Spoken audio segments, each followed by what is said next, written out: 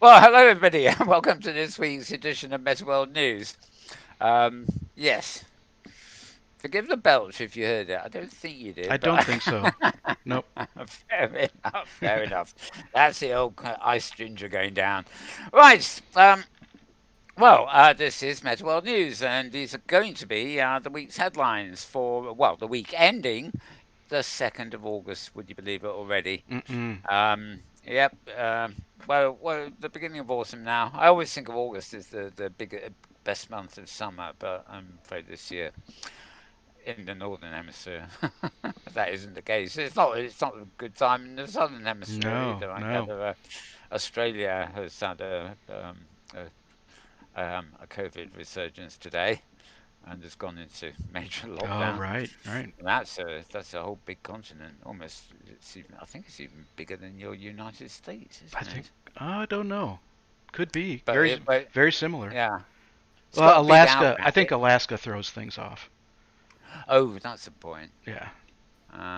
Yeah, but it's got a very big outback, of course. Whereas I know Mm-hmm. you've got area, what's it, 41, 81, We 51. don't What's have it called? I airs. can't remember. We don't have airs rock Yeah, though.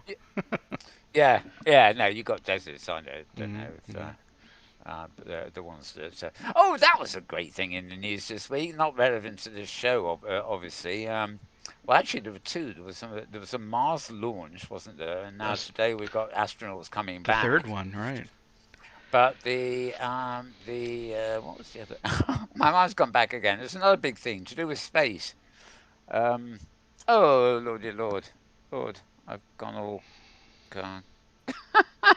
I just thought of it. It was quite Yeah, in the big U.S. news. it was the Mars rover launch, and then the astronauts coming back. I Yeah, don't know what today. else. Yeah, No, there was a third thing, and it just came to me, and I thought it was interesting, and now it's gone again. May have probably come back. sure. I think it was vaguely to do with space. But I don't know whether it was a launch.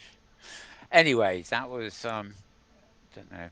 I don't know what happened there. Let's get on with the news, shall we? Let's do. My name is Mal Burns. That's Mal, and then Burns. And if you squash those two names together, you've got Mal Burns.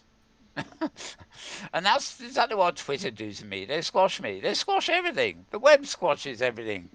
If you want to find the links that I'm going to be talking about, you need to go to twitter.com/Malburns, or one word, Malburns. And there's an additional feed there that we'll get to later, which is for this show itself. Twitter.com/MetaWorld News. Again, two words squashed together. Oh, they're squishy, squashy, squelchy. I don't know. I can hear birds in the background. Must be just me, I think. Right. Or maybe it's tweets from Twitters. Ha ha. Yes, Uh, lots of tweets going on here. No wonder I'm hearing whispering in my ears. Either that or somebody put something in my ginger. Right. Um, I've forgotten where I am. Oh, yes. Was me. I'm joined here by James Atloud. Hello, oh, James. that's right. I'm here. I nearly Yes, you're forgot. there. Yes. Well, James is busy invisibly pressing the buttons that swap the sort of virtual environment for my desktop and things like that, so you can sort of see what I'm talking about as I go along. And he'll be commenting from time to time as well. So, welcome. Put your hands together for James out loud, folks. Clop, clop, clop. Clap, clap. Right. Thank you. Clip, clop, clap. Clap, clap, tick, clap, clap. Clonk, clonk. Donk, donk. It's a silly day. I Mm-hmm. warn you. I warn you. It started already. Where's that rabbit hole? I think I put a lid on it. Where's the lid? Can't find the lid to my rabbit hole. I'll Okay. no doubt find that later. I'll find that later too. Anyway, let's get started with some of the links and what's in the news. Now, the way I've loaded stuff here, I'm actually pretty much at the beginning of the week working towards up to date, as it were. And we've got a screen up now, which James is probably showing you, or will show you in a second, Mm-hmm. about a platform called Eon Reality. They've unveiled virtual reality world heritage sites to an AR and VR library. Eon Reality is one of these um, 360 video kind of things to a great extent, but basically the idea is to give you virtual tours of things like that, and it's added a whole new load of heritage sites and things to the platform. And obviously, these days, of course, a lot of people are at home and using virtual reality or 360 videos to actually visit places they can't possibly go to in real life anyway. Um, Anyway, the new update contains over 1,000 World Heritage sites using immersive and interactive 360 images and 3D models. And anyway, the post here gives you a little bit of information about them. Now, the site I'm at here, which is the complicated one, um, they're popping up recently quite a lot. They're called Organics. If I can find a thing here, right? AUGANIX.org. So it's organics dot org, and there's going to be a couple from this particular site coming up. So that's where you need to go to read about this. This was on July 23rd, which was sort of the beginning of the week. Now, at the same site here, huh, right. Okay, well, this saves me a bit of time actually. Um, it's taken me to the front page instead of what I wanted. But Hmm. this was actually the one I was after. The Kronos group were formed some time ago to sort of, with all the major hardware and software players in virtual reality sort of signing up for it. The idea is to work on common standards and that kind of thing. They do a bit. They're far from making everything adopt a common standard, but there you go. They've announced multiple OpenXR conformant devices and platforms from Microsoft, Oculus, and others. Um, the Open, OpenXR, of course, is referring to the augmented reality, virtual reality, mixed reality as an umbrella. And OpenXR is really implementations of open standards. Um, Let's see, in layman's terms, this means that all the companies involved are now offering hardware and software solutions that conform to the OpenXR standard. But that doesn't mean that everything in the world is suddenly OpenXR interoperative. Far from it. But anyway, a good organisation to keep an eye on, the Cronus group there. And this link too is at organics.org, AUGANIX.org. As you see, if you go to that site, you're going to end up on the front page with the latest articles, and you sort of really need to sort of drill down from there, as the expression goes, I guess. Um, okay, let's put that one away. Okay, this is now another site entirely. This is VR Times, except it's not. It is actually virtual reality times. Three long words, but all squashed together to make a even longer word, if you see what I mean. Virtualrealitytimes.com. And the links are one headset reveals compact redesign and unique lenses. And that's a picture. I must say, when I first saw that, I thought that looks a bit small. And it wasn't I actually clicked the angle at which I was looking at it. That I realized that the blob at the lower right We're getting type some of audio headset breakup, Mel. I'm Yeah. Yeah. oh, how darn rude. Yeah. Right, click noise. Yeah. Yeah. That's better. Take That's better. uh, that's better. Yeah. Okay, Yeah. well it's not, I'm wearing a headset, so it's nothing to do with turning away. No, it was like No. internet bandwidth type noise. Oh yeah, the Yep. usual Yep. busy stuff now. Yeah, people streaming movies or something while I'm trying to do a show. I don't know. Bad behaviour, that is. Right. Yes. Anyway, the bit at the lower right of that picture is actually the viewfinder of the headset. So as you can see, it's nowhere near as small as you might think.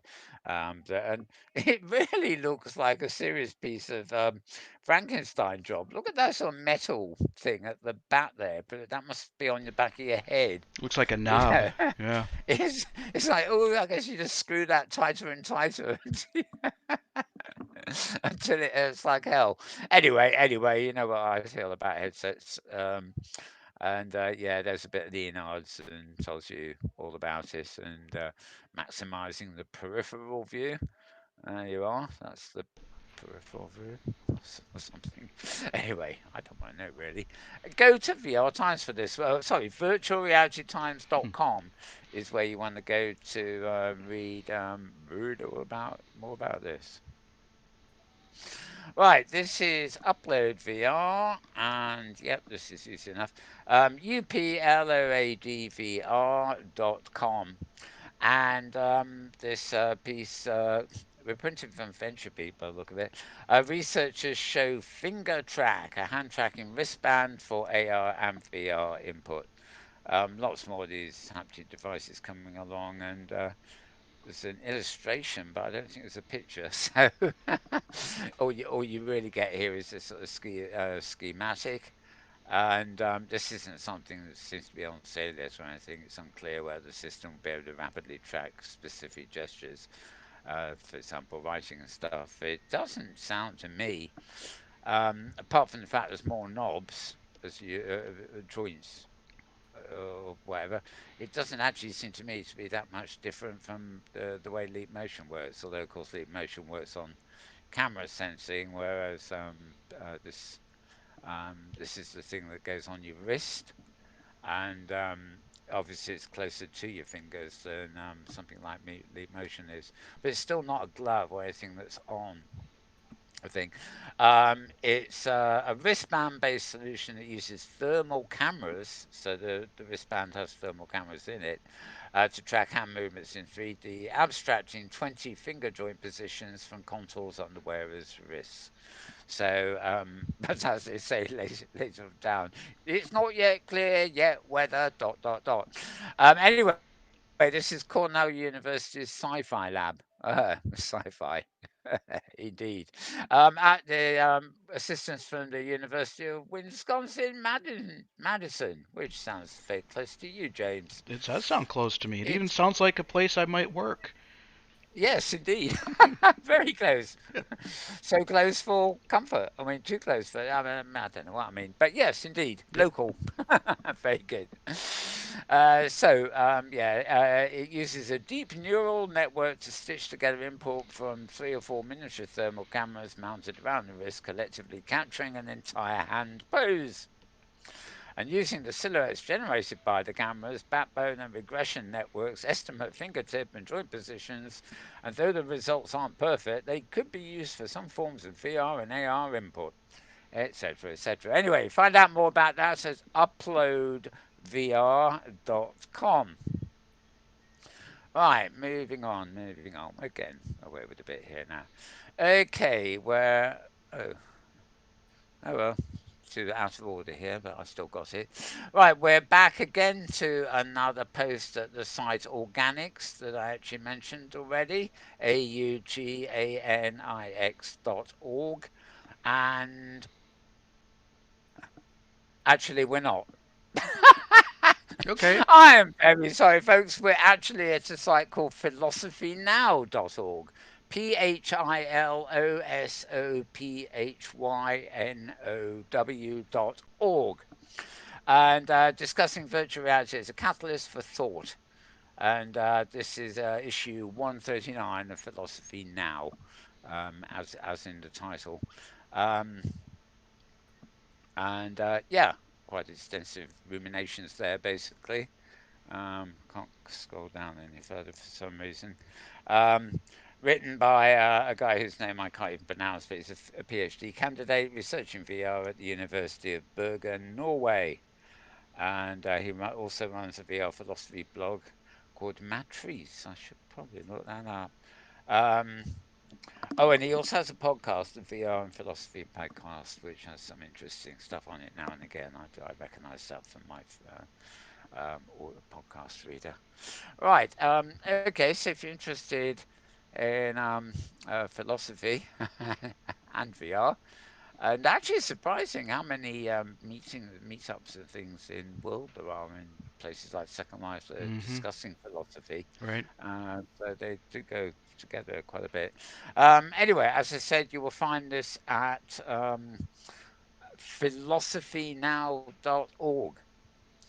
And on that note, okay, this is also from Monday, of course. Oh, It's the God. Oculus Quest 2 you're looking at there. Yes, this is scarredghost dot com. The only problem is but here we are. SKARREDGHOST.com. We'll have a few from this week. This is the regular Monday roundup of all the news from the week before, as it were. So this was the day after our last edition last Sunday, so to speak. Um, yeah, the new Oculus Quest 2 has been leaked, and they're busy commenting on the leaks. And Dreams compatibility, that's something to do with PlayStation. The Links R1, which you mentioned a minute ago. Um, IDC, who are IDC when they're at home? I'm not quite sure. Analysts, well, they're analysts, whoever they are, they reckon that AR VR is growing, but less because of the pandemics. But the outlook for the future is great. Other people, of course, would tell you it's growing because of the pandemic. So go figure. Right. Digital and virtual becoming a new way of providing events. Basically, oh, and then he's got news worth a mention at the bottom, and he's pretty comprehensive there. But in NVIDIA, he's not afraid to mention Facebook. Some of us would prefer not to. Reality opens a virtual window inside your house. Yeah, lots of little interesting stuff, and then even more info there. So yeah, always a good read. A good way to start your week as well. Well, it's Monday morning, lunchtime in the Pacific Coast, I guess. But anyway, it arrives on Monday. And you can find it, as I said, scarredghost.com. So SKARREDGHOST.com. And right, I'm going to cheat here. Um, this time I really am back at organics.org. And this is simply a post about the University of the West of England here going to tender for the Cave Automated Virtual Environment System. Um, uh, presumably, well, I assume that tendering is kind of a bit like a kind of auction thing. They make an offer to get it or something. Anyway, they've gone to tender for a cave automated system from the Frenchay campus in for the Frenchay campus down in Bristol. In the UK, quite a lot of stuff goes on in Bristol, rather like the other B, Brighton on the south coast. Hmm. Hmm. Um, yeah, they have to they have to go through all the bureaucratic rigmarole you might expect with bureaucracies. Um, and in fact, interesting parties wishing to bid for tenders requests. Ah, okay, there's a deadline. Well, I won't get into that. Anyway, if you're interested in that, you can find that at auganix.org. And hopefully that's the last time I'll have to go with that site for this week. Right, putting that one away. And put that one away too because we covered it. And now we're on another good old site we see quite often here, the Road to VR. We don't see it quite as often these days, but this is about AR VR studio called Dark Slope, who are pivoting to immersive learning amid fresh funding round. Posted on July 27th. Um, Dark Slope are based in Toronto, which is a Canadian place, I do believe, Yep. unless there's another one hanging around there somewhere. Yep. And yeah, they basically they're raising more money and they're focusing their uh, uh, well, their development, I guess, on educational things. Um, Lots of techie information there, but it doesn't say. Oh, okay. There's a product they've got called Involve XR, which is said to allow old learners to access really. Let's start again, shall we? Access realistic 3D spaces and objects to learn, observe, practice, and apply skills.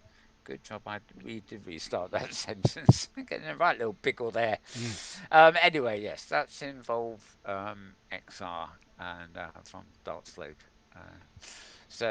Did I give you the address for that one, or didn't I? I've forgotten Were we still now. at the Oh yeah, same site? road. This is Yeah. yeah, this is road2vr.com. No, I didn't actually read it out. I just said it. So Yep. it's road to VR, three full words there. Well, no, ROADTOVR.com for yeah, that piece of news. Right, moving on. This site is not in the right order. What's going on here? Um, Hmm, okay, I can't find this listed at the side here. SciTech Dial.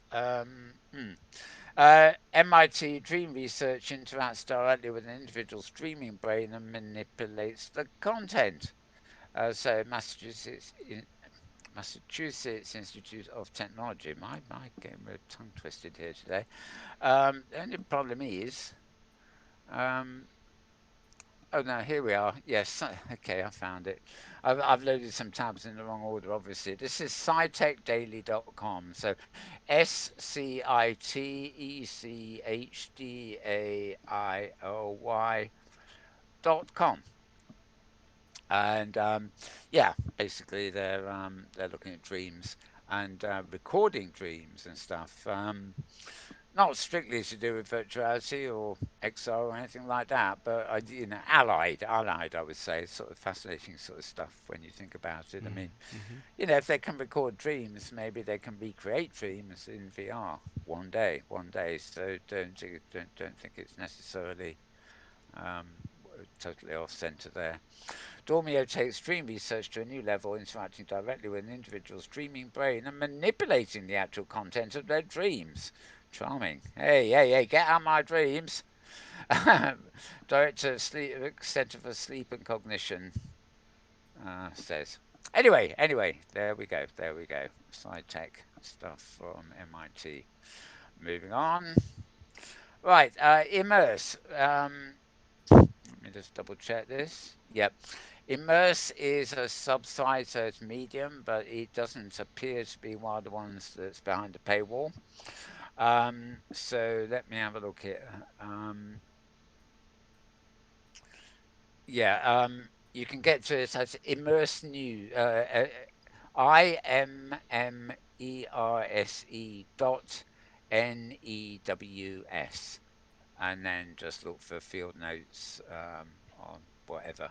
Models of sustainability for immersive media, and yeah, all technical stuff. But if that's your field, you may well find it very interesting. Quite a lot, actually. Yes, too much. My finger doesn't want to scroll anymore, but a lot to read there if you want it. So, immerse.news is the site you need for that one. All right, we're done SciTech Daily. Now, I've got a feeling I had a YouTube link up. I bet you the YouTube. Oh no, hang on. No. Okay. Oh yes, I didn't load this tab. Okay.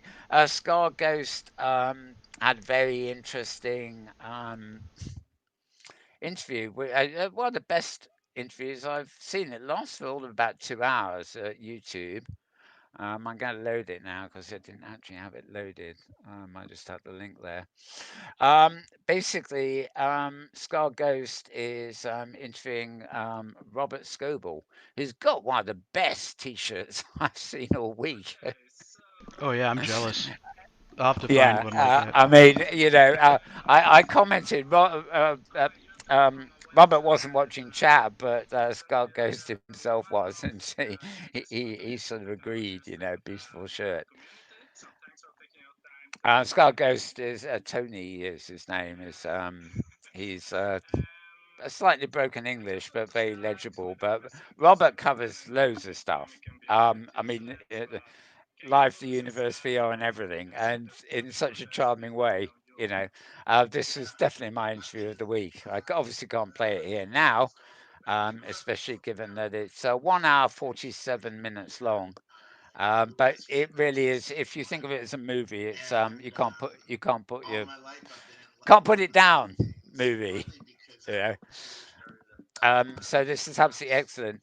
To find this, you need to go to Scarghost. That's SKARREDGHOST channel over at YouTube. And well, you don't need to subscribe, but it's probably a good idea.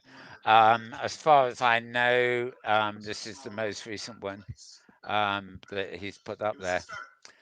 So it's a really excellent interview, and I mean, you just can't get bored. Just look at his T-shirt. That's all all you need to do. Yeah. So there we go.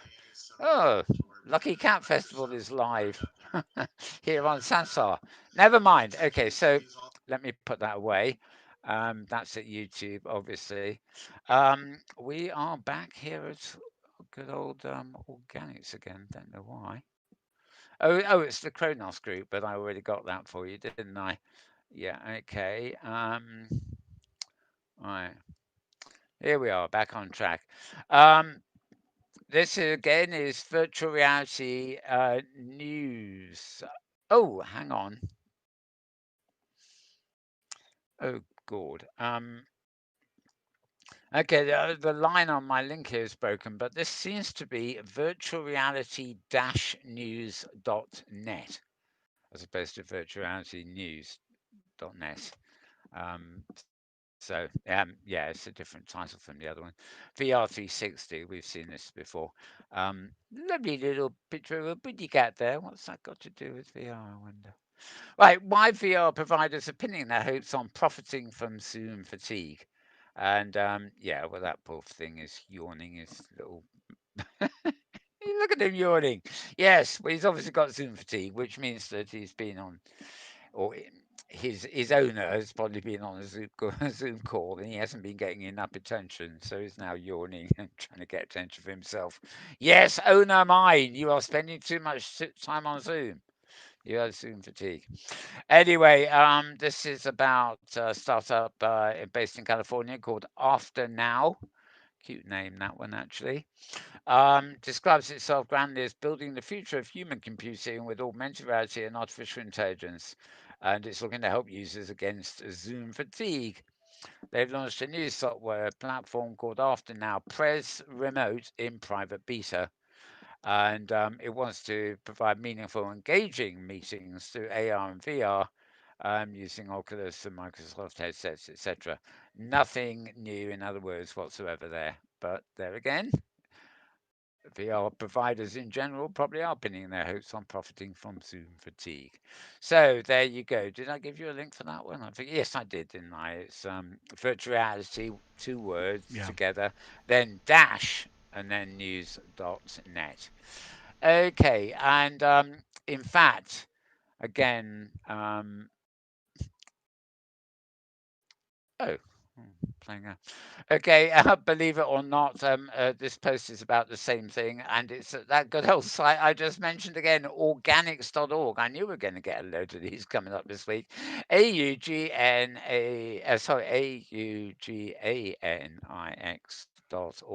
And again, it's more specifically talking about the After Now remote, and this one actually has a video to go with it. Remote training and sales for the enterprise. That's what it's about. That's what they're about, anyway. Okay. So let's see. Okay. This is a site called futurism.com. Futurism .com. And oh, my virtual world mine's just gone to sleep. Never mind. At least I haven't got kicked out of it here. Right. This high tech virtual trainer is the future of home workout. No Swiftly platform here. You're trapped in your elastic whatsits. This is called Moon Run Connect, and it uses resistance bands and motion sensors to provide full body workouts in cramped spaces. It looks like all you need to do is sort of pin or hook the resistance bands to the wall and strap on other kits and get on with it. Um, I take it these little marks that you see there, they're not on the costumes. These are obviously motion sensor points, so they put it all together. So basically, the way to keep fit when you're at home alone and don't actually have much space to do it on. There you've got the bands. There you've got those things that you have to pick up because they're heavy. And yeah, anyway, basically, it's tackling the idea of virtual reality exercise in limited spaces where you um, really can't, run too far. Oh, here's one with a version with a small mat for running on. But it's not like there is one we've seen quite a lot of, which is really quite big. It would take up a full kind of corner of a room rather than just a small patch of it. Anyway, Moon Run Connect is perfect for anybody who wants high intensity full body cardio workout without leaving the house. You do have to leave your seat, but that's a different matter, really, isn't it? So you will find that at futurism.com. Um, okay, I'm going to load this for the sake of it. This is techradar.com. This professional VR headset arrives in a military grade suitcase with a PC included, and it values your privacy. And now it wants me to go on. Right. Anyway, nothing greatly important there, but it's on the list. So, VR engineers and Knob introduced the XTown Knob Box, a VR head-mounted display with GeoForce RTX PC. So GeoForce is NVIDIA, of course, isn't it? Um, yeah, and it all comes in a little box you can carry around like that. Although when I say little box, I think you might find that's a considerably bigger box. I noticed they've photographed it against a very neutral background. That could actually be outside in a desert, or it could be on a bed. You really can't tell. But from the size of the headset and all the rest of the things in the box, and the fact that it's got an entire GPU and CPU. Yeah, I don't think that's what you. It might be mobile, but I don't think it's really what you call portable. It's Hmm. rather it looks a bit like, remember before Apple Macs were what they are today. The Macintosh decided they wanted to go to the mobile market, Hmm. and what they came up with had two floppy disk drives, and it was known amongst Mac users in the day as the luggable. It was not. Yeah, I It totally wasn't a remember laptop. that. You remember it, the luggable, Right. yeah. In many ways, I think its actual weight. I mean, it had a little handle for lugging with, but I don't think it. I think it was actually heavier than the standard box shape Mac of the day. Hmm. Anyway, yes, I mean, I'll never forget. That's a great name, luggable. Yeah. It will be revived. Someday Microsoft will come out with something that gets the term revived, no doubt. I used to carry a 3/4 inch video recording deck as the sound person Wow. on a news crew, and Ah. that was a nice piece of luggable equipment. Yeah, my first ever, I still got it here actually. My first ever video camera, for recording. Hmm. It was um, it was a big thing, like a VCR. Yep. And it came in a leather bag that's strapped over your shoulder. But on top of that, you had to carry around a tripod, and you had to carry around a handheld camera that was on a big thick cable attached to the recorder. Yep. I mean, the strap to put it all over your shoulder was really the only thing that made it supposedly portable. We Again, it was heavy. It yeah was a we luggable job. we can speak to the luggable. Yes, we can. Yeah, yeah. We're not millennials. We're luggables.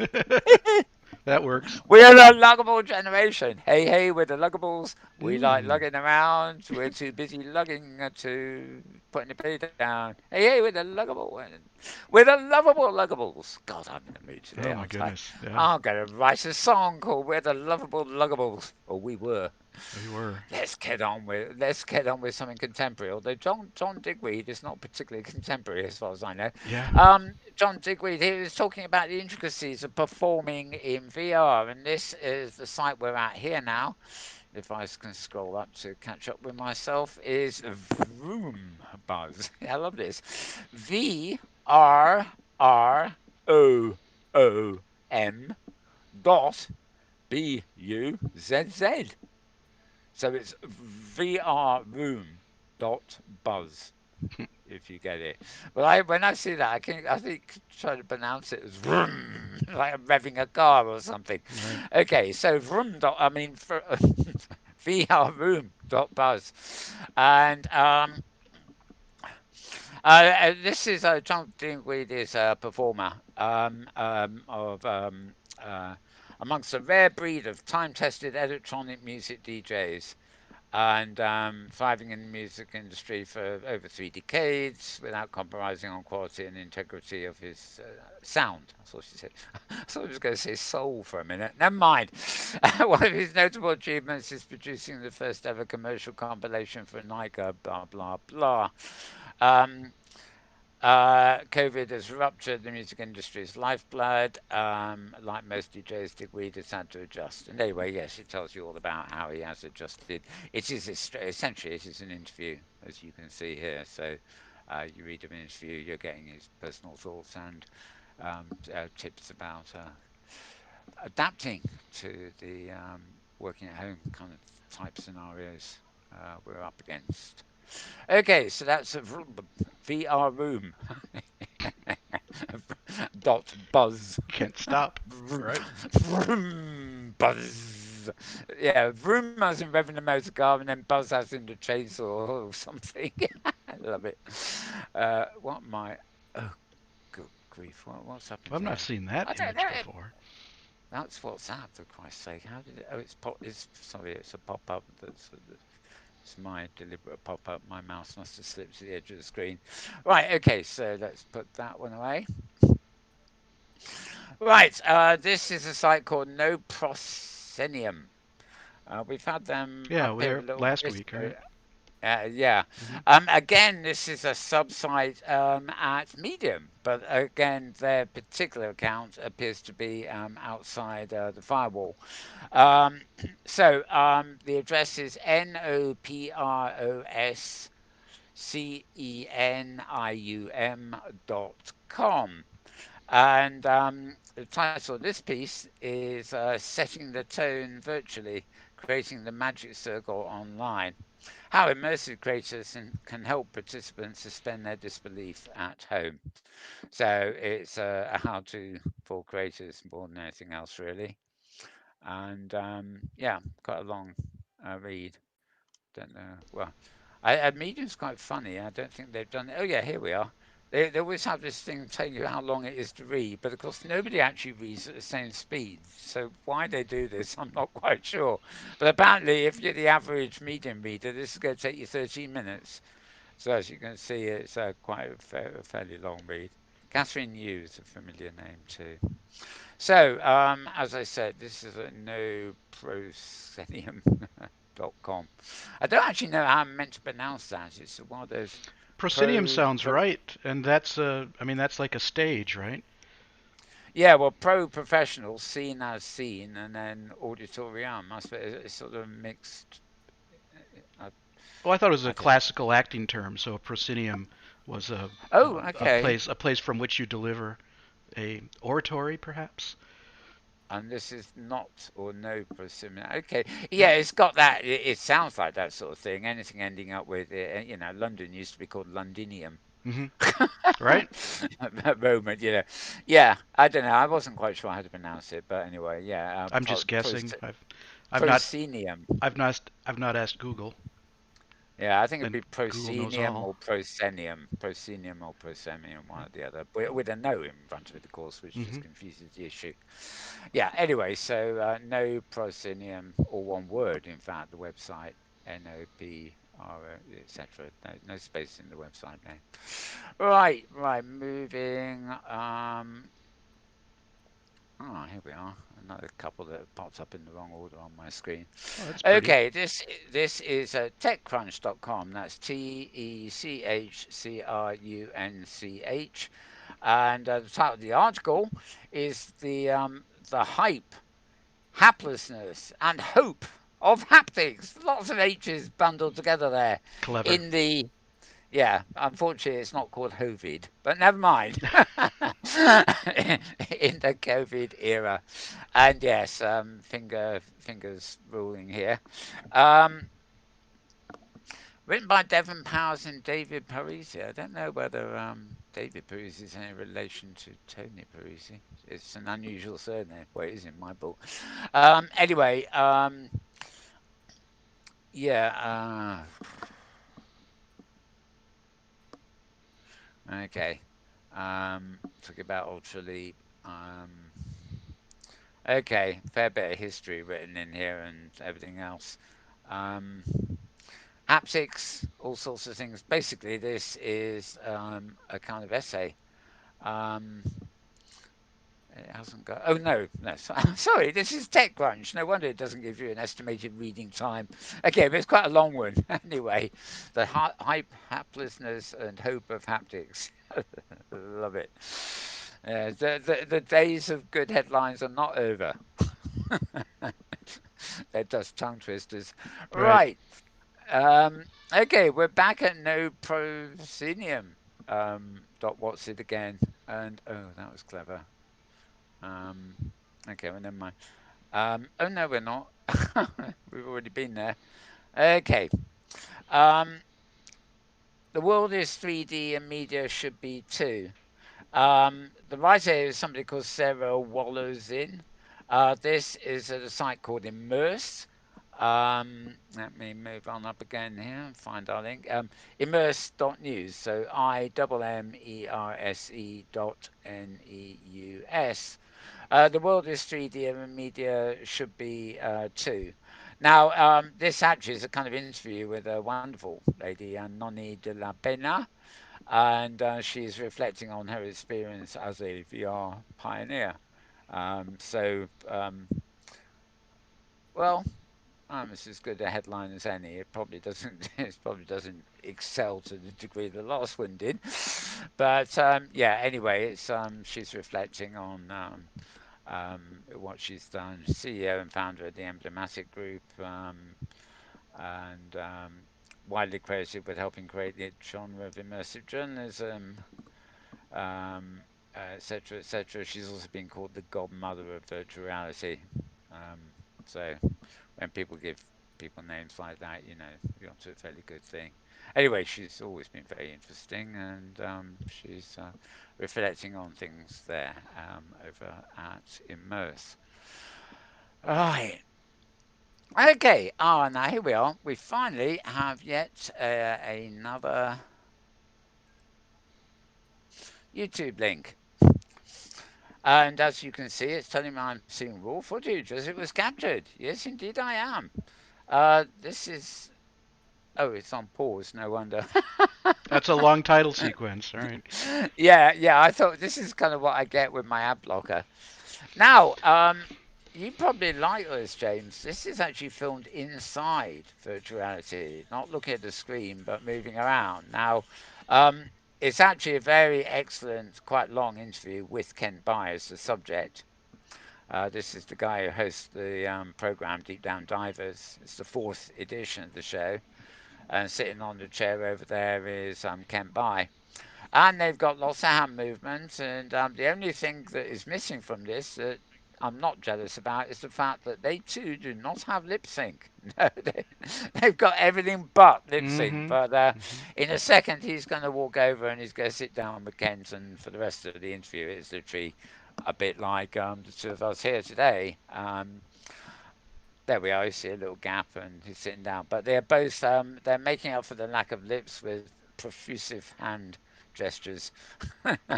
But when it comes to the actual subject, Kent Bai, who of course is the host of Voices of VR and everything else, um, really gets around.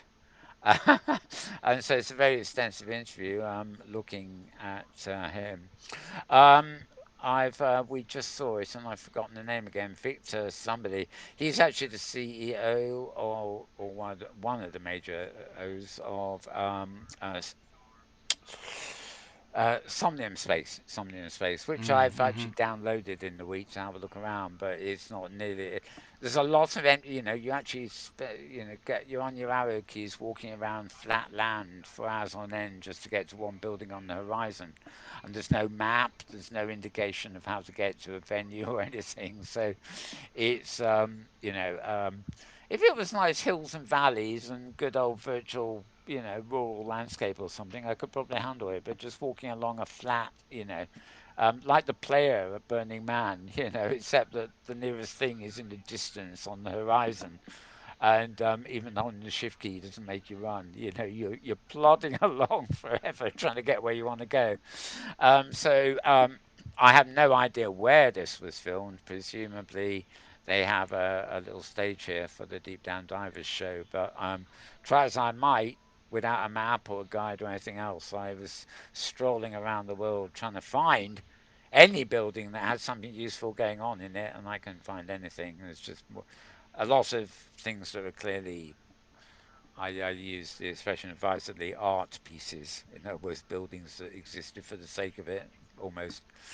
Um, I can't move my thing about, but you notice the Simpsons are playing on the Yeah, screen. I see that. Yep. Off there, I keep wanting to spin my camera around, but of course we're not in VR. Anyway, this is actually along with Robert Scoble's interview, which is nearly 2 hours long. We've got this one too, which was 1 hour 18. So two really big video interviews this week, both of which are really, two of the best ones around. This one being virtual, of course. And the only thing missing really is the lip sync. And I don't know what this Pratt is doing, dancing around there against the wall, but very Looks like an distracting. animated GIF. Yeah, very distracting. But never mind, worth it for the content there. So if you go to YouTube, you want this is the Deep Down Divers VR number. No, sorry, here we are.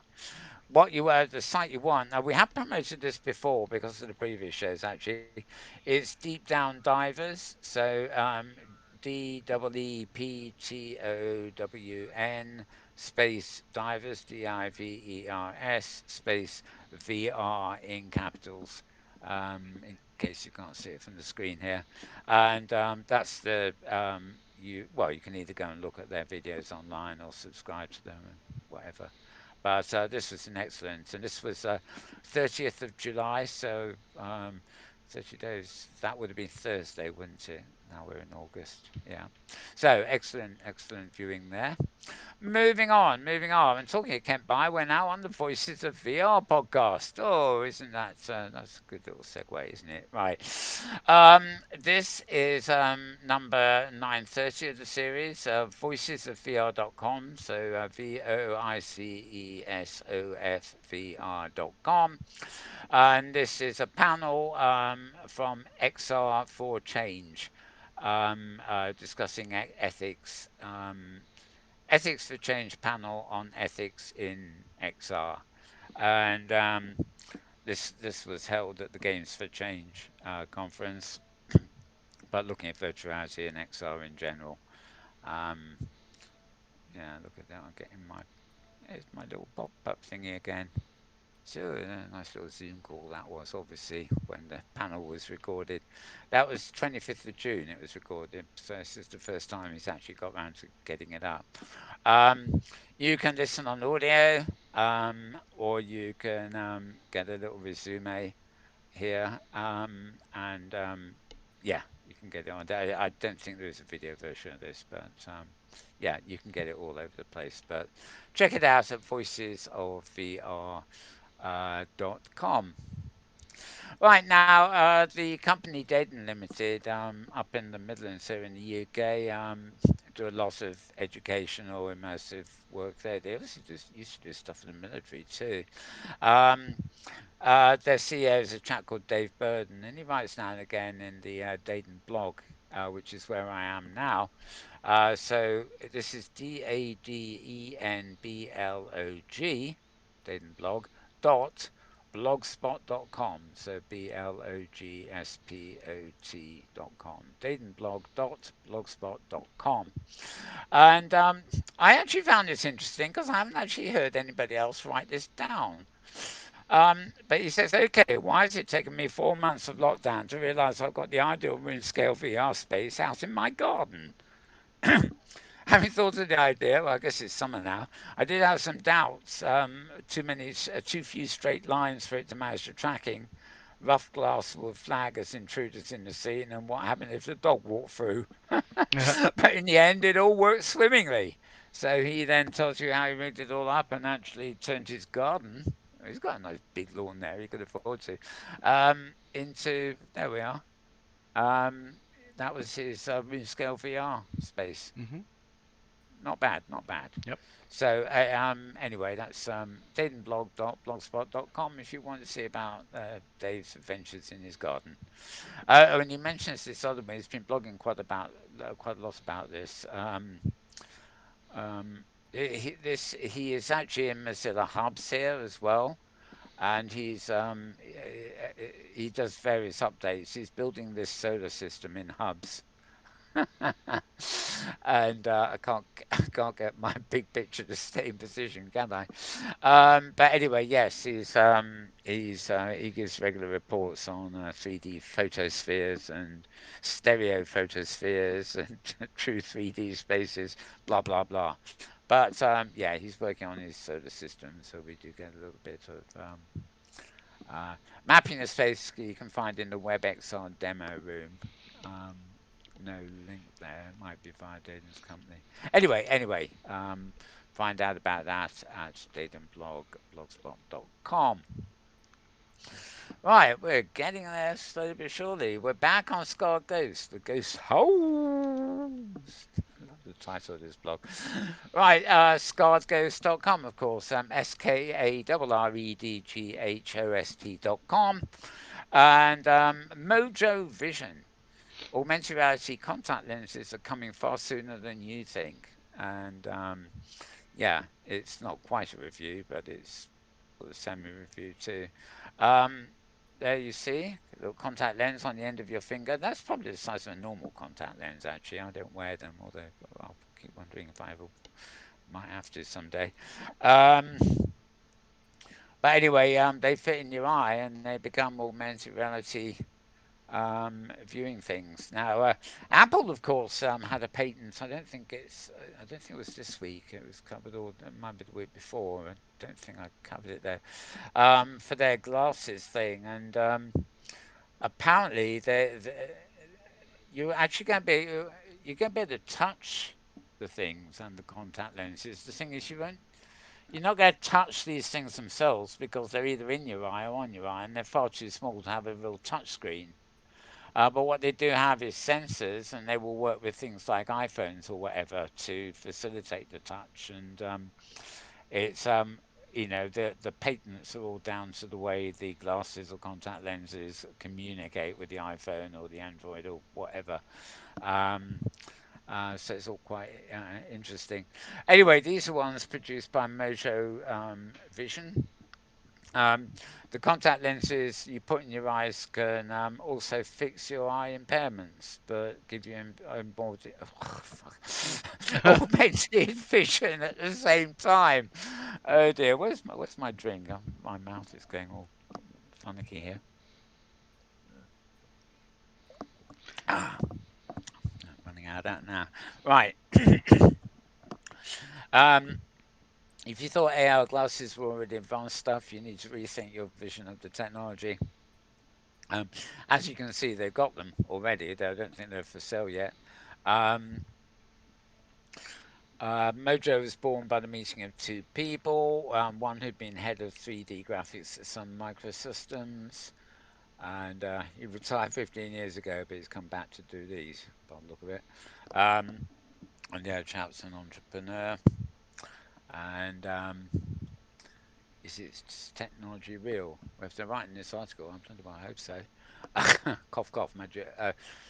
They don't want to overpromise as other companies have done in the past. Cough, cough, magic leap. But of course, they do want to talk about what they're doing. Blah blah blah. So there you go. Yep. And yeah, a little idea of what it might look like, I guess, and how you wear them, what's inside. They're giving you quite a lot of information. So there you go.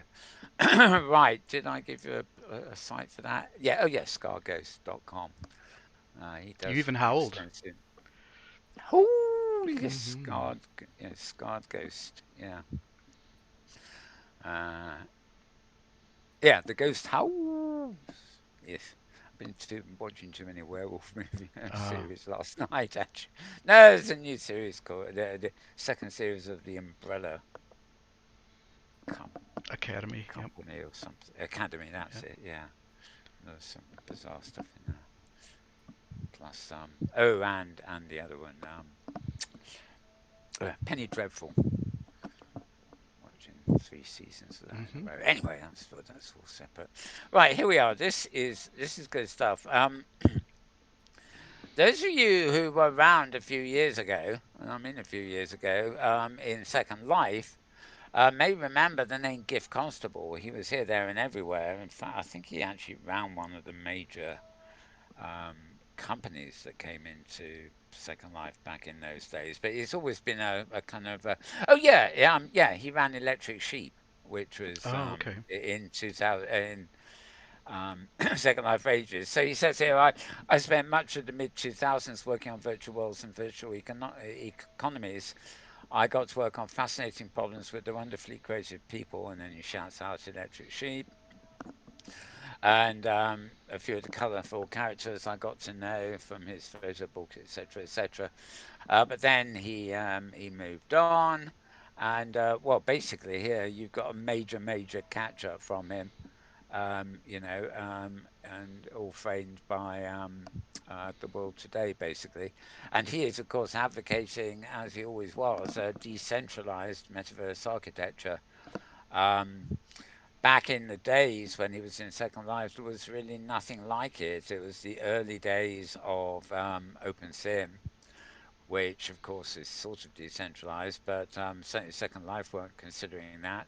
Even Philip Rosedale was not particularly hot on any of the ideas like that at the time, although of course when he went and formed High Fidelity, that changed. Um, yeah, but anyway, he's a big advocate of that, and not he doesn't really advocate open source so much. He just advocates the idea that the metaverse, as a group of platforms that enable us, should be decentralized.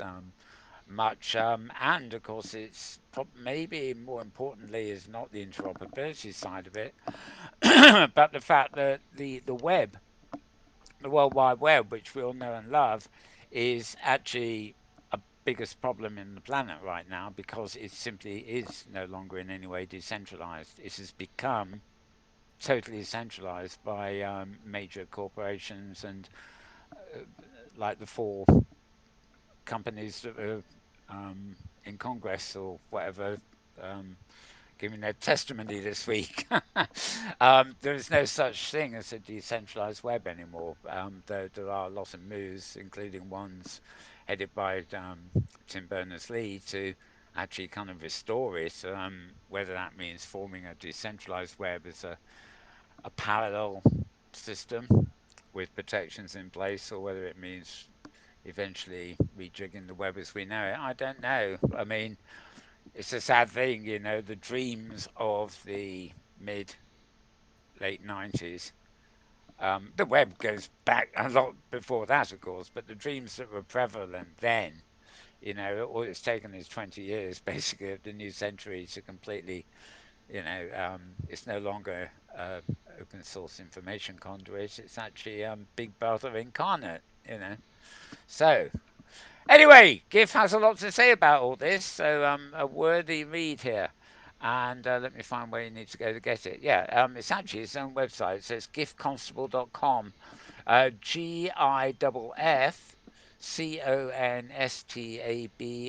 GIFFCONSTABLE.com. And yeah, read all about it, as the newspaper boy says. Right, and there we are. Oh, God, once has gone to sleep again. Oh, and this one's got a bloody advert in it. Never mind. Let's quickly get rid of that. Okay, this site is Film Independent. Yeah, it's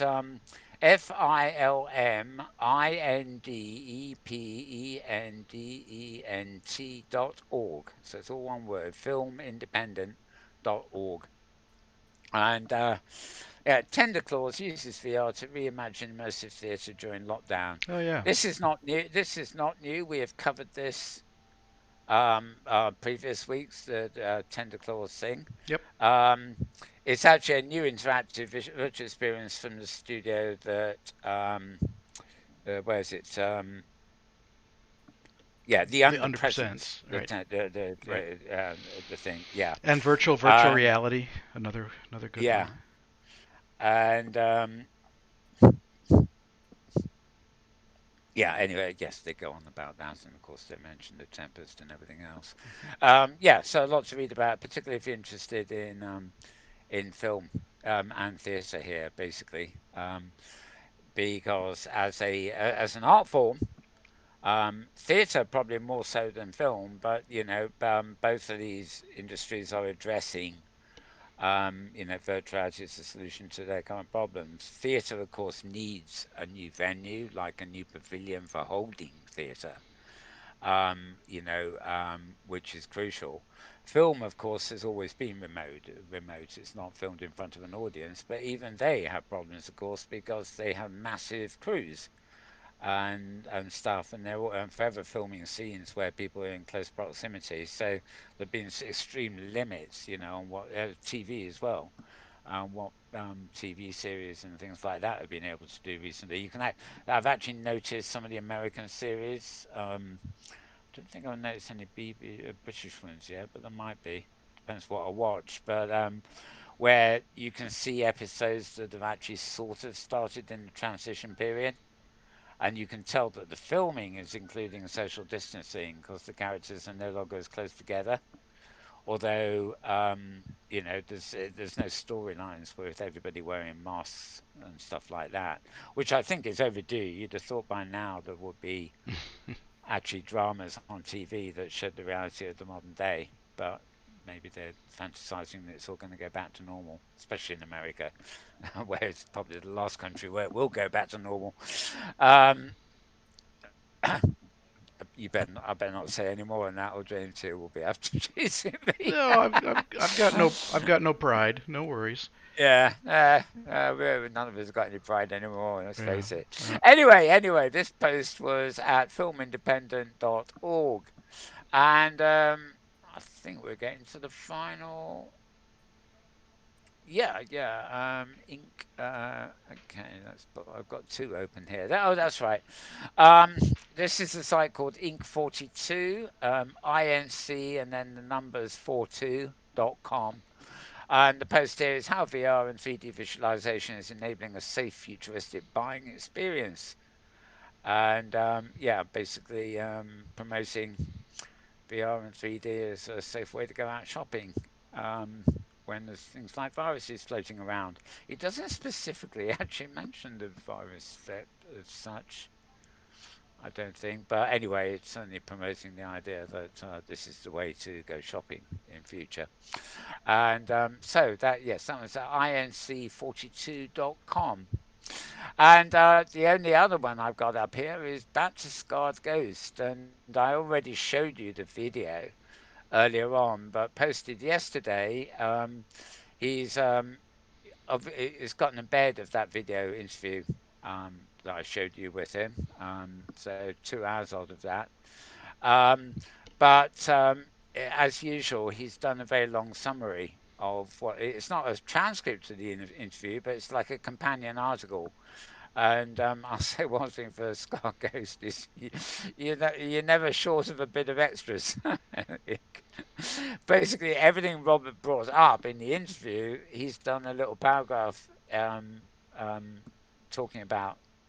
Um, and as you can see, it goes on and on forever. It was funny waiting for this because he was twittering, my roundup will be tomorrow, and then the next day, tomorrow.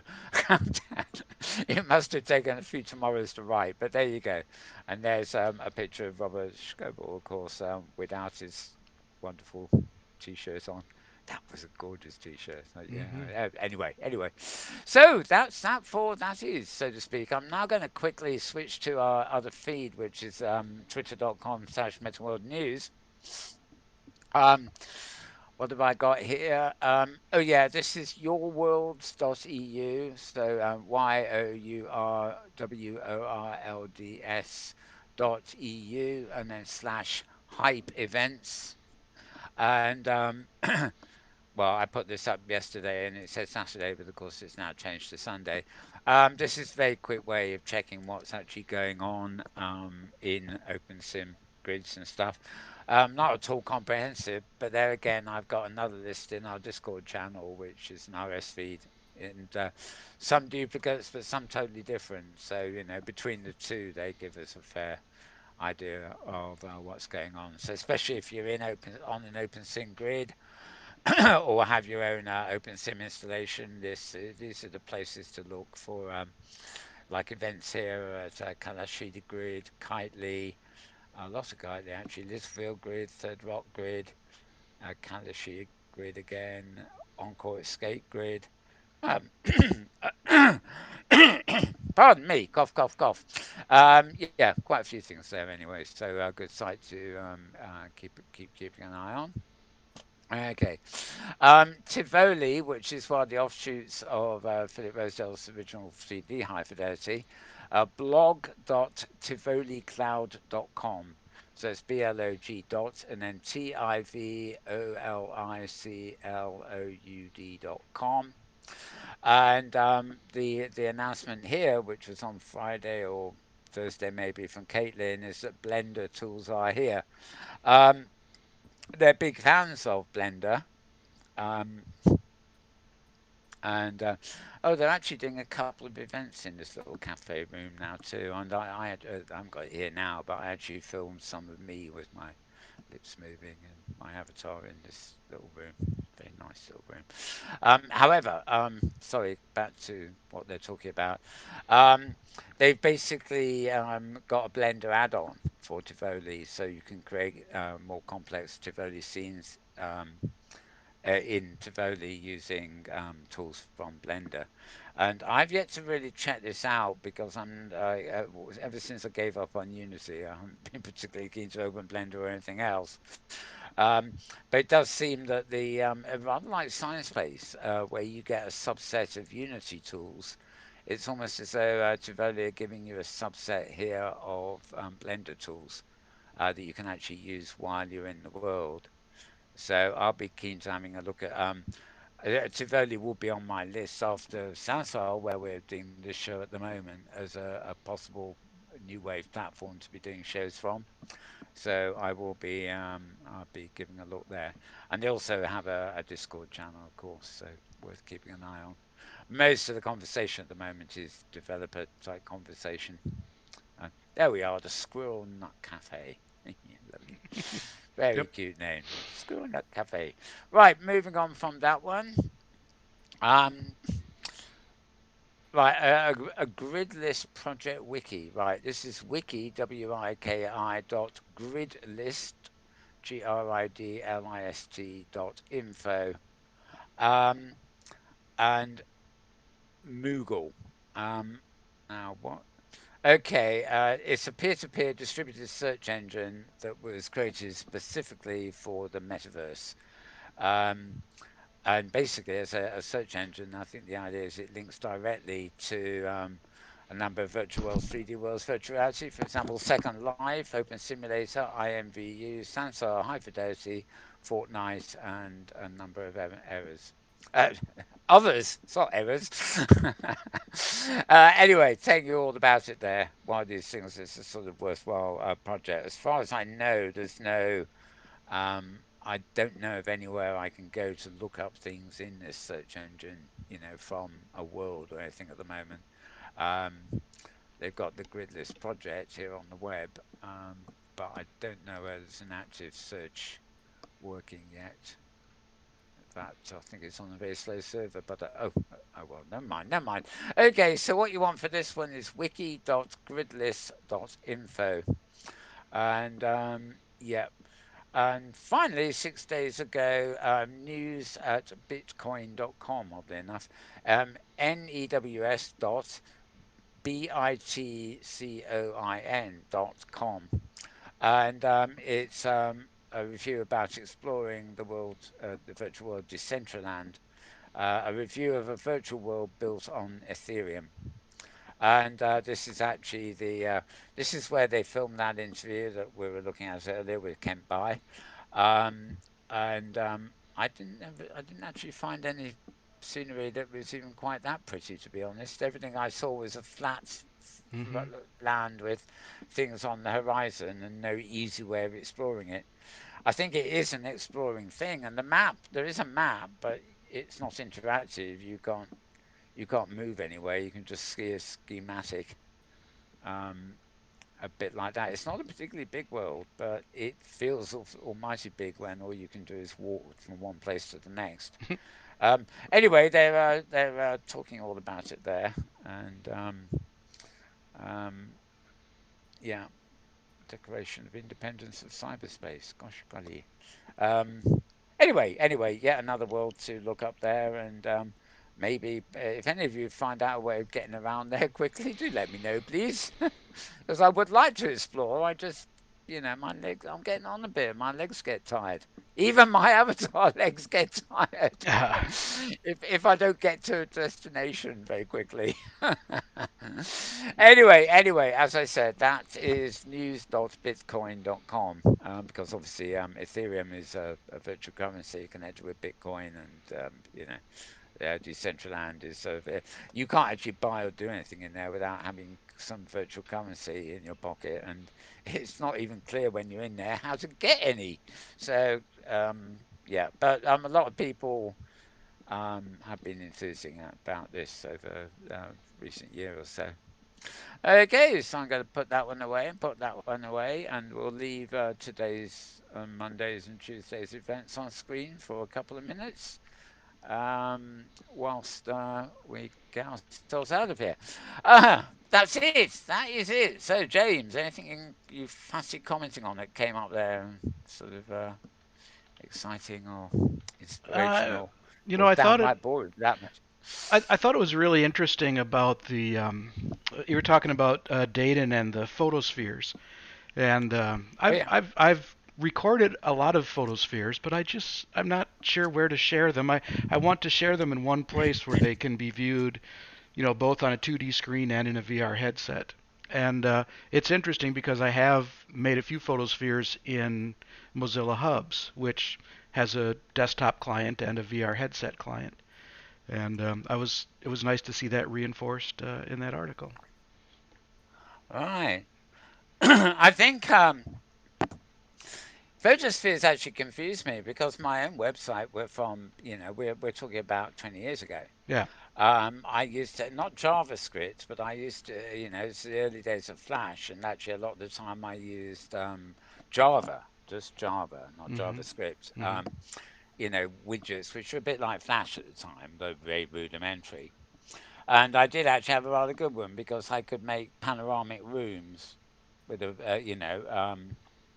by either downloading template photospheres already done, or filming my own and trying to patch them together.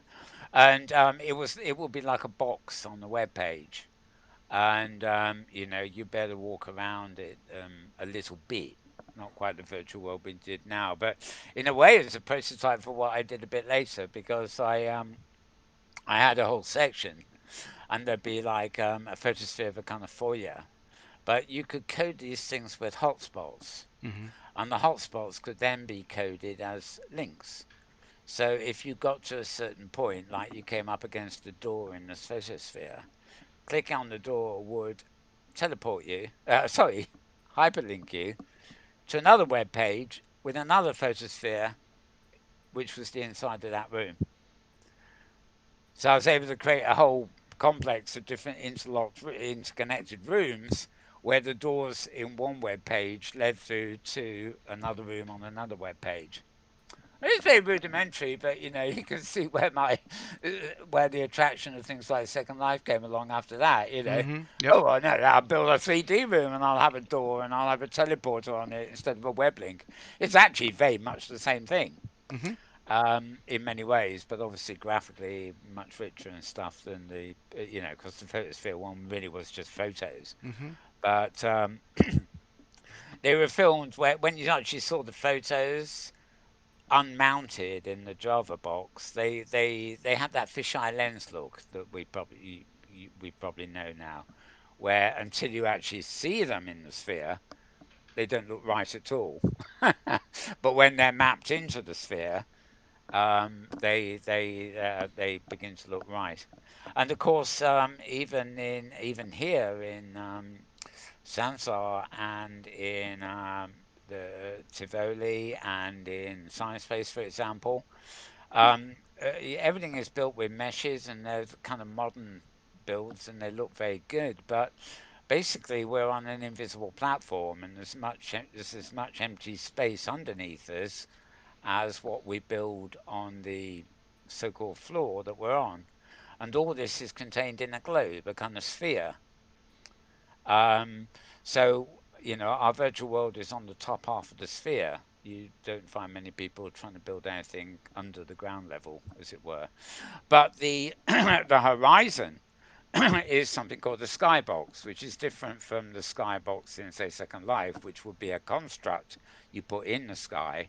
A skybox in Unity and most VR programs is like a great big sphere, a bit like the planet Earth or something, except that what's visible is the inside, not the outside. And that completely encloses the virtual world you've built. So it creates the illusion it can be very close up or it can be very distant. And again, the images that make up that sphere don't look right if you ever view them as strict images. They only look right when they're mapped to the sphere that is the skybox, so to speak.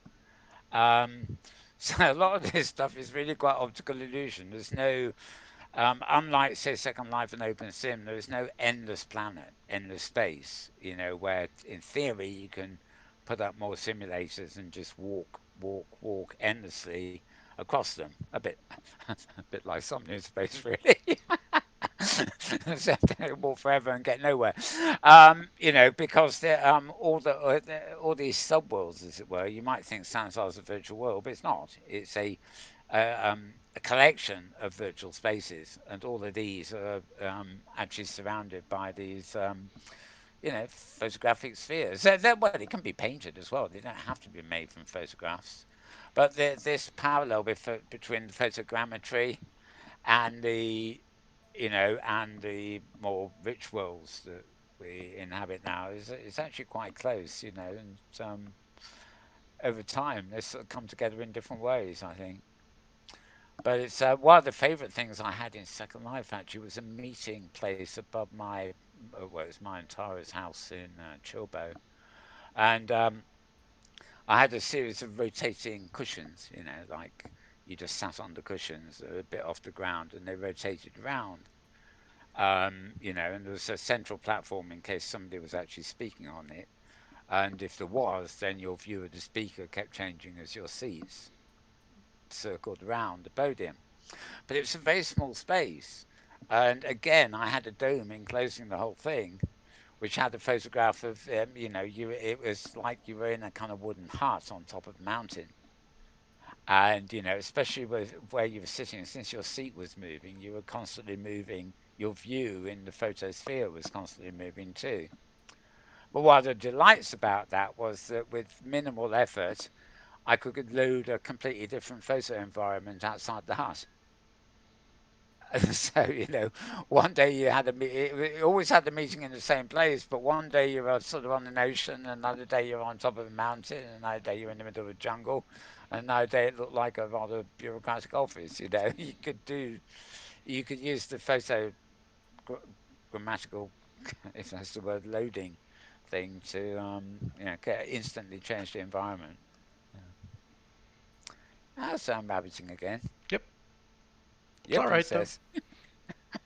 I love it. I love the way you cue me with some thought, and half an hour later you've had a lecture. Yeah. Well, and I presume that you're speaking to the viewers, not to me, because Oh yes, yes, I know what these things are. Yeah. yes, yes, yes. I don't need you to nod and say yes, yes for every Right. word. Yeah, yeah. No, I presume our viewers are kind of interesting. I mean, some people think, yeah, yeah, yeah, we know, blah, blah. Right. But other Right. people might just be interested in where it came from. Because that Java thing, just suddenly sprung to mind there, because that's what 20 years ago at least Yeah. That when was it was also being built. branded as QuickTime VR, which is, as you know, Yes. hilarious to say the least. Yeah, I've just remembered that one. Yeah, that was Apple's. Right. Yeah, that wasn't actually Java. It was actually a version of QuickTime. But Yeah. yeah, yeah, it was a similar idea. And calling that VR today would be a heresy. Oh yeah, look at everything that's called VR. I mean, Right. Right. Right. you can call anything virtual these days, as long as it's Yeah. True. online. And as for VR, it's not VR unless it's a piece of hardware that sits on your head, or attaches to a piece of hardware that sits on your head, or attaches to that attachment, Right. or you put on as a suit. Oh dear, yeah, it's funny how the definitions of all these things change. Very fluid. Do throughout this show, I've been trying to think what it was that I was trying to think of at the beginning of the program, Hmm. which was a third vaguely space-orientated thing, and Yeah. Yeah. I can't for the life of me Still can't think. get it. Oh. Okay. Now, it was something really quite major that was being talked about this week. Um, and I if apologize. I if usually follow space fairly well, but I'm not tracking. yeah, Inara Pay, who does the Second Life blog, um, tends to be quite big on that stuff too. She Hmm. certainly did. They're not ones I post because they're not virtual worlds, but she's covered a lot about the launches, and she's no doubt talking. I tell you, the one thing does amaze me is how bloody long it takes to get the astronauts down again. You think they Hmm. would just kind of fall down. But those old days of, I mean, they have to safely get away from the space station, then they have Yeah. to Yeah. get into a lower orbit, then they have to buzz around and stuff. And I thought, well, I heard they'd separated from the space station last night. I thought by this morning they'd have, thought we'd be seeing pictures of them back home, but no, they're Right. still Right. up. It's still up. I think it takes them longer to get back than it does to get them up there. And they go at so many thousand miles an hour, and apparently it gets rather hot. and they and they still lose communication for 20 minutes, 60 Right. minutes on the Right. way the inventory. So as much as things have got a little bit nicer looking, operating the spacecraft with an iPad and stuff. Despite all those inroads, it seems like the nitty gritty of getting in and out of the atmosphere is the same old problem it's always been. Yeah. You just don't want to make a mistake doing Yeah, that. exactly. I imagine our technology limits the likelihood of mistakes these days to the nth degree, but even so, you know, just a feeling, God, if I was up there and I'm coming back to Earth, I would demand some kind of sleeping pill that made me unconscious for Oh yeah. 48 hours, Yep. and then yeah, well, either I won't know what's going on, or I'll wake up in 2 days back safely on Earth. Don't put me through that. I'd rather a robot controlled spacecraft took me back to Earth rather than be awake in that nightmare. Mm-hmm. But anyway, that's life. Yeah, but anyway, I'm sure that as soon as this program's over or I'm off air or whatever, I will suddenly remember. Oh, that's what I meant to talk about. Okay. Right. Yep. Well, they should have splashed down by now. I haven't been watching the news, but they were scheduled to be down. What is it? 2:30. They're scheduled to be down about an hour ago, I believe. Oh, okay. In other words, while we've been on while air, we've been they've on air. probably Yeah, yeah. popped down. Right. Popped Okay. popped in for Um, a visit to the planet. yeah. I mean, A cheery given hello. given the plagues ravishing planet All Earth at the right. moment, I'm surprised they even wanted to come back. Yeah, can we turn around Now, and go don't worry, back? don't worry, Mission Control. We'll just hang on up here until you've Right. vaccinated yourselves. That's right. We'll just stick up here in the space station. Actually, there is one. Was it the 100 or something where no, that was similar, but I think there was some program or books program. I think it was actually rather than a book where it was a bigger space station, but the world ended and left the space station as the only survivors, Hmm. and they had to learn to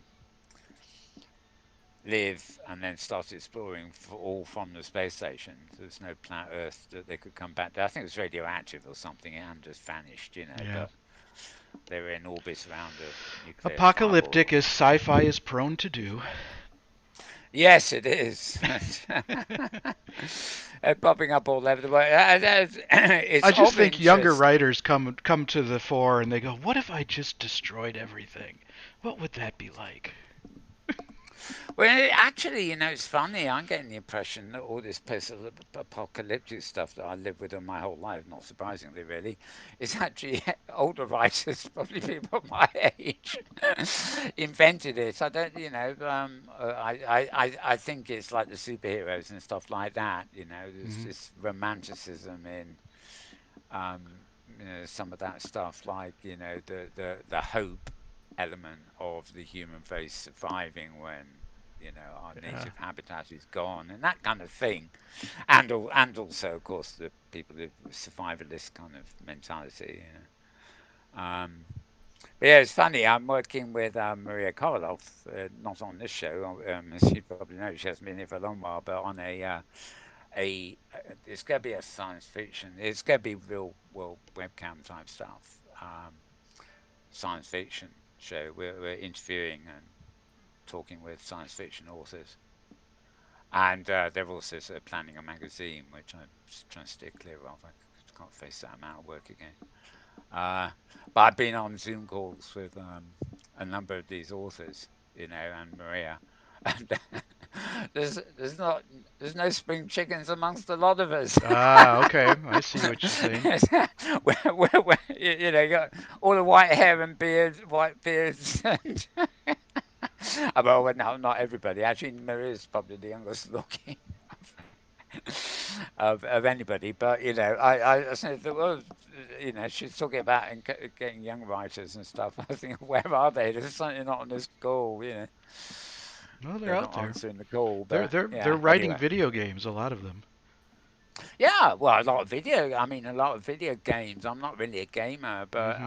I've often been intrigued because uh, just as the comic books lapped up ever since Commandy, which was an old Marvel, no Yeah. DC Comics Jack Kirby job, Yep. art which I hated, but a theme which back in the 70s I guess I loved.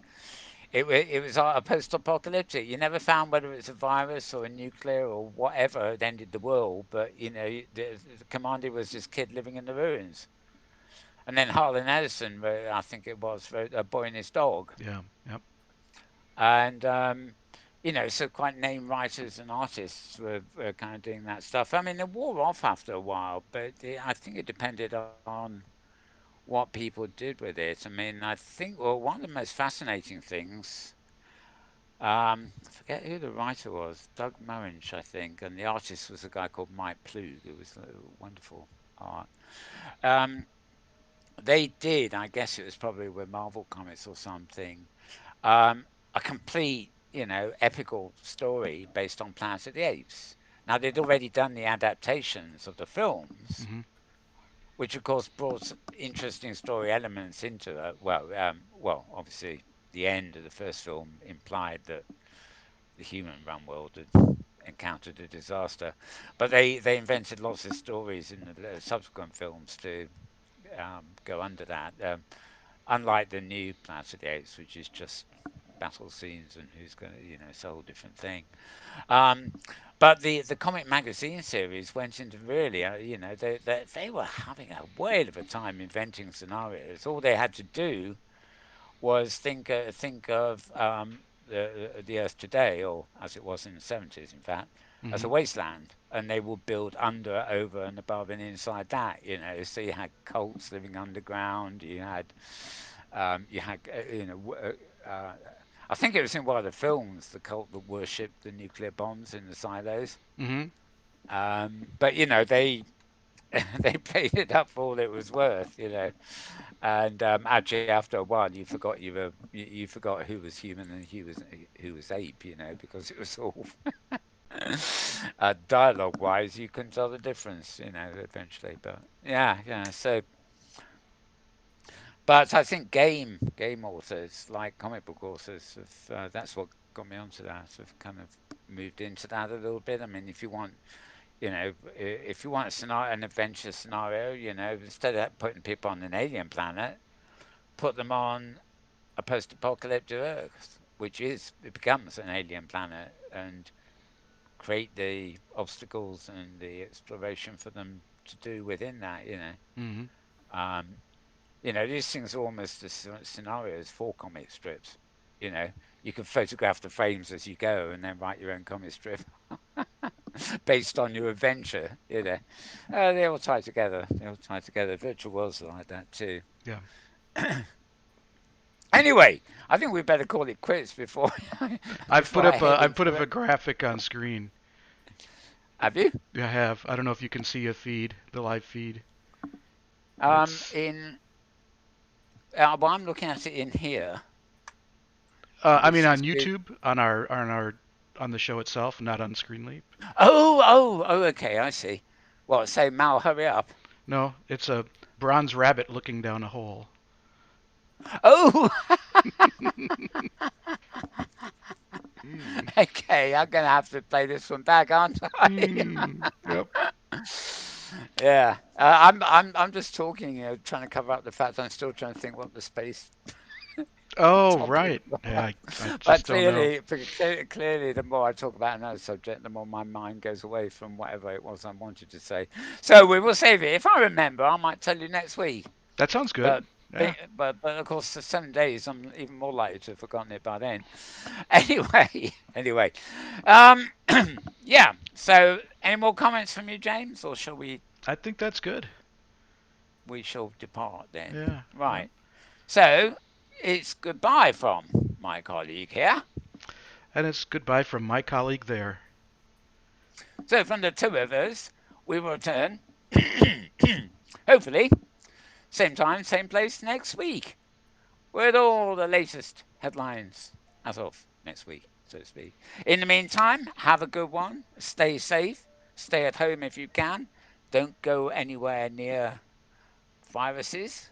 Remember, they're like nasty enemy soldiers ramping around, but they've got invisibility cloaks. Yeah, and you don't know when they're going to attack you, but they're here and they're there and they're everywhere, except in your house, one hopes. Got to make it sound dramatic, haven't you? Mm. Okay, we're out of here. See you all next week. Bye for now.